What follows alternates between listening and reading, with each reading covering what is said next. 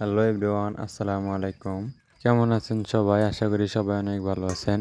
তো আজকে হাঁসের খাবার নিয়ে একটু আলোচনা করব। তো আশা করি সবাই ফুল ভিডিওটা মনোযোগ দিয়ে দেখবেন। আমরা অনেকে আছি যে হাঁসকে ঠিকমতো খাবার দিতে চাই না। খাবার দিলেও খাবারে কোনো পুষ্টিগুণ থাকে না। আর হাঁসের খাবারে পুষ্টিগুণ না থাকলে হাঁসের গ্রোথ ঠিকঠাক মতো আসবে না, এটাই স্বাভাবিক। আমিও এই ভুলটাই করেছিলাম। আমি হাঁসকে খাওয়াইছিলাম ঠিক আছে, কিন্তু হাঁসের কোনো পুষ্টিগুণ ছিল না খাবারের মধ্যে। তার কারণে আমার প্রায় ২ মাসের বেশি হয়ে গেছে হাঁসের বয়স, তবুও আমার হাঁসের কোনো গ্রোথ আসতেছে না। তো এটা আমার একটা ভুল ছিল। এই ভুলের কারণে আমার এই সমস্যাটা হইছে। আমি যদি হাঁসকে ঠিকমতো পুষ্টিমান খাবার দিতাম তো তাহলে আমার হাঁসের এই সমস্যাটা হতো না। আমার হাঁসের গ্রোথ ঠিক মতোই থাকতো। তো আমার আরও একটা ভুল হয়েছে যে সাধারণত হাঁসের বাচ্চা যখন ছোট অবস্থায় হাঁসের বাচ্চাগুলাকে ১ মাস ফিড খাওয়ালে কিন্তু হাঁসের বাচ্চার গ্রোথটা কিন্তু ঠিক মতো বাড়ে আর কোনো সমস্যা হয় না। কিন্তু আমি ওই জায়গায় ১ মাস খাওয়াইতে পারি নাই। আমি মাত্র ১৫ দিন ফিড খাওয়াইছি। তো এরপর থেকে কুড়া, দান, গম এগুলা খাওয়াইছি। তো যার কারণে আমার হাঁসের বাচ্চা ছোট অবস্থাও অনেকটা হয়ে গেছে।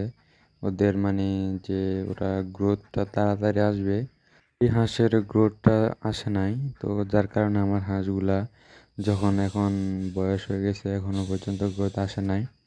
তো এরপরও আমি আবার খাবারের সমস্যা ছিল। আমি ফিড খাওয়াই নাই, গম খাওয়াই নাই। আমি শুধু কুড়া আর ভাত খাওয়াইছিলাম, যার কারণে এই অবস্থা।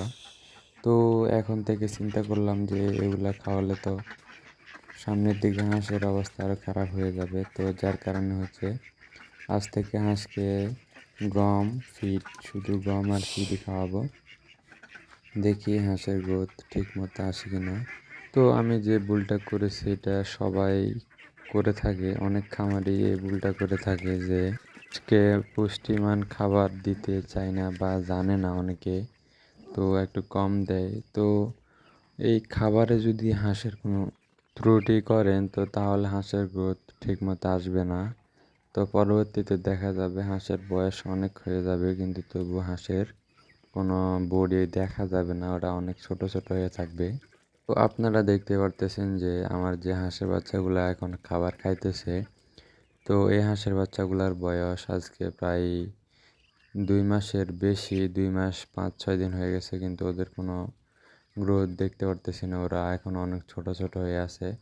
তো এটার মূল সমস্যাই হচ্ছে খাবার। তো আমি খাবারে কমতি দিছি, ওদেরকে ত্রুটি দিছি, ওদেরকে পুষ্টিমান খাবার দিই নাই, যার কারণে হচ্ছে আমার হাঁসের এই অবস্থা। হাঁসের কোনো গ্রোথ নাই। তো যার কারণে আমার হাঁসের এই সমস্যাটা হয়েছে, গ্রোথ আসে নাই। আপনারা দেখতে পারতেছেন হাঁস অনেক ছোট ছোট। হয়তো অনেকে এজন্যই বলে যে কোনো কিছু করতে হলে কম দিয়ে শুরু করো, অল্প দিয়ে শুরু করো, অভিজ্ঞতা নাও, তারপরে বড় করে শুরু করবে।